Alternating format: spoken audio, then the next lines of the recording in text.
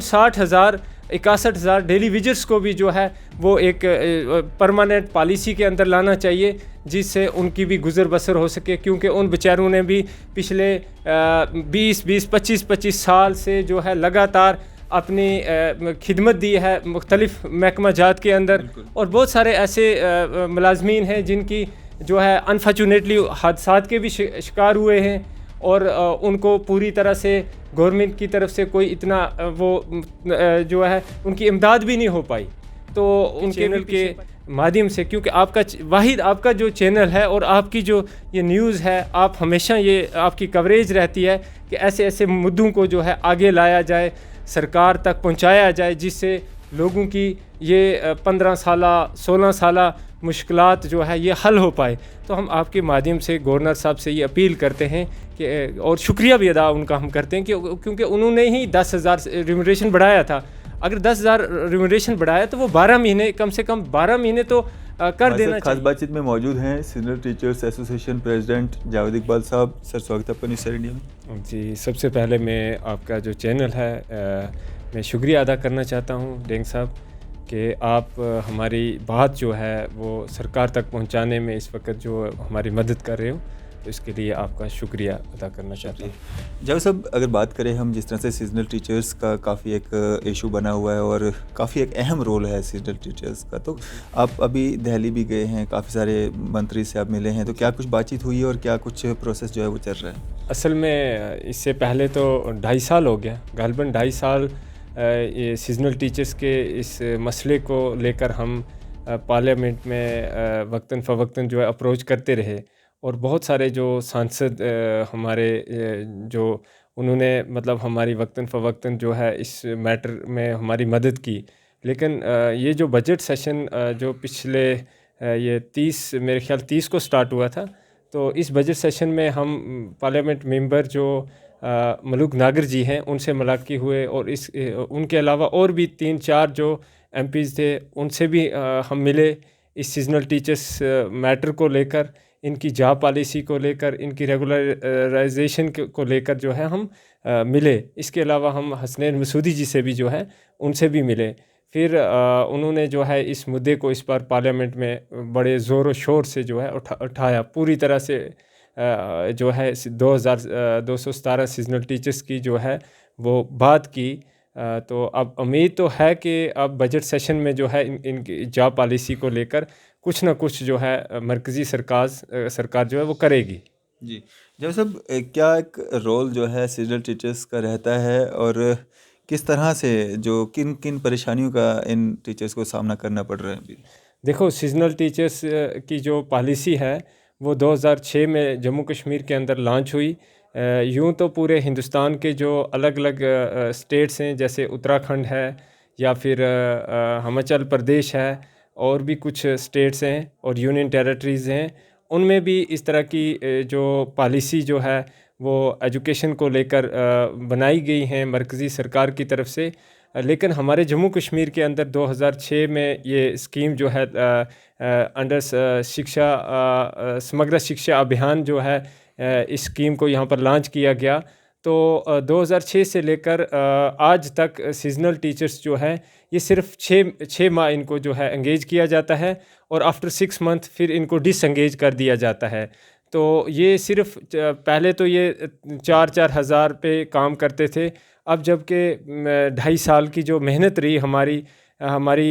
हर जगह जो है हमारी काविशों की और मेहनत की वजह से ये गवर्नर साहब ने ऐलान किया था इनका 10,000 रिम्यूनरेशन का। तो 10,000 के हिसाब से इनको इस बार मिली हुई थी सैलरी, लेकिन वो भी सिर्फ 6 महीने तक। तो अब क्योंकि इस 10,000 से भी क्या गुज़र बसर होगी, क्योंकि ये 15-15 साल इनके हो चुके, और अब जबकि बहुत सारे ऐसे टीचर भी हैं जिनकी 40-40, 45-45 उम्र जो है वो हो चुकी है। तो अब उनके लिए जॉब सिक्योरिटी क्या होगी, ये सरकार को देखना होगा कि उनकी जॉब सिक्योरिटी क्योंकि उनका भी परिवार है घर में, उनके भी खुद के बच्चे हैं, और इतना टाइम जो दिया ये एक ख़ास गुजर बकरवाल और दूसरे पहाड़ी तबके के जो बच्चे सालाना जो माइग्रेट होते हैं सीजनली और दूर दराज फार फ्लॉन्ग एरियाज़ में जाकर मतलब ये 38,000 बच्चे जो हैं ये जाते हैं। तो इन बच्चों को ये शिक्षा जो है प्रोवाइड करवा रहे हैं। इन बेचारों का क्या कसूर है कि इनको अभी तक जो है इनकी जॉब पॉलिसी जो है वो नहीं बन रही है, जबकि 2.5 साल ये पूरे 2.5 साल इस अरसे में ये पूरी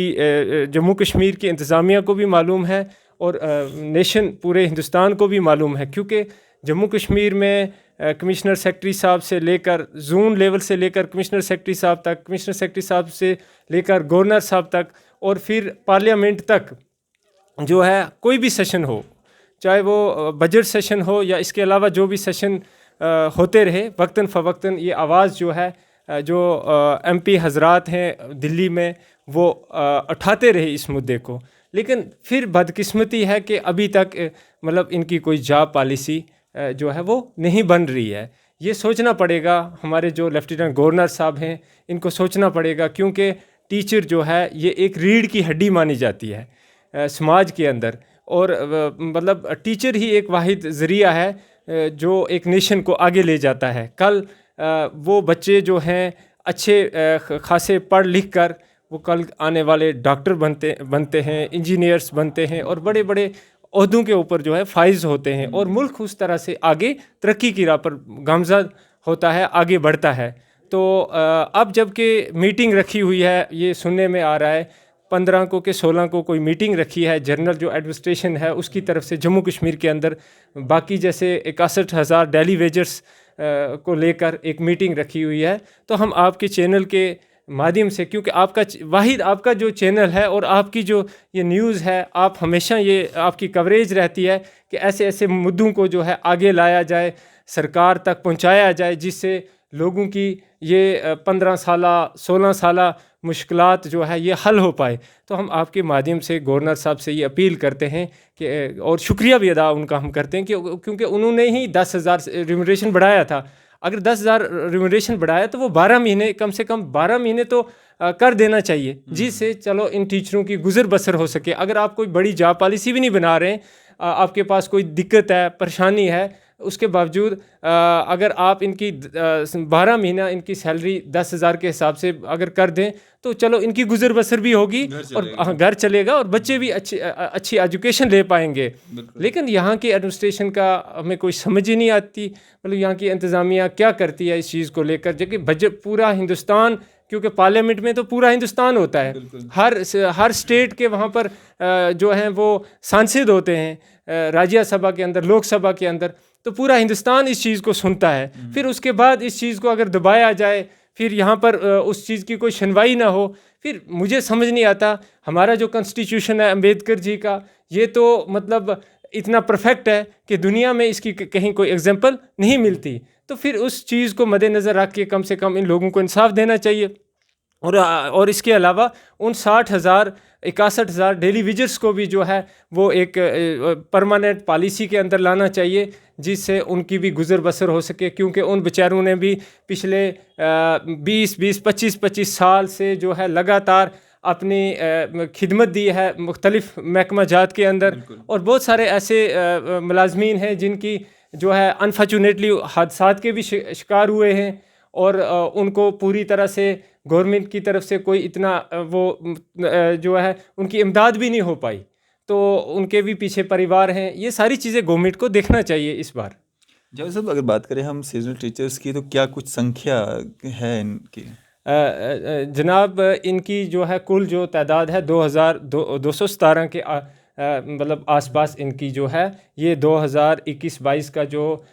ये लास्ट एडवर्टीज़मेंट थी, उसके बाद जो है ये लिस्ट सामने आई, और उसमें ये मतलब 2,217 के आसपास जो सीजनल टीचर हैं जो जम्मू कश्मीर के 20 अजला के अंदर जो हैं, ये पिछले 2006 से लेकर गालबन 15 साल हो चुके हैं इनको अलग अलग जगहों पर काम करते हुए। क्या इनको सिर्फ पहाड़ी एरियाज़ में ही एज अ सीजनल टीचर्स जो है वो ड्यूटी देनी होती है, या प्लेन एरियाज़ में जिस तरह से ये चलते रहते हैं जो लोग हैं हमारे? जी नहीं, ये जब मतलब जैसे ही माइग्रेशन पीरियड जो स्टार्ट होता है, नोमैड्स लोग जब माइग्रेट होना शुरू करते हैं, तो ये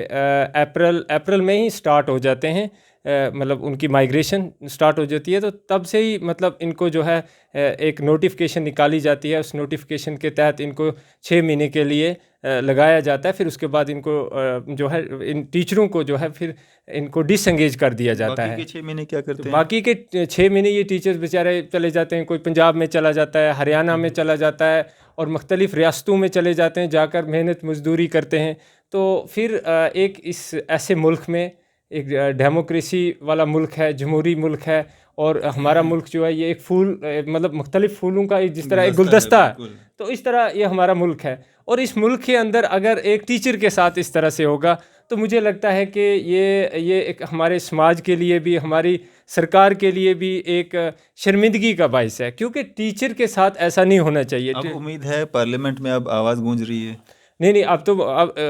इंशाल्लाह हमें जो हमारे हिंदुस्तान की जो पार्लियामेंट है या जो कॉन्स्टिट्यूशंस हैं उन पर पूरा एतमाद है, हमें पूरा भरोसा है कि इस बजट सेशन में जो है सीजनल टीचर्स को जो है अव्वल नंबर पर रखा जाएगा। और इसके साथ साथ जो 61,000 मुलाजमीन हैं जो मुख्तलिफ़ महकमा जात के अंदर हैं, उनको भी जो है किसी SRO में जो है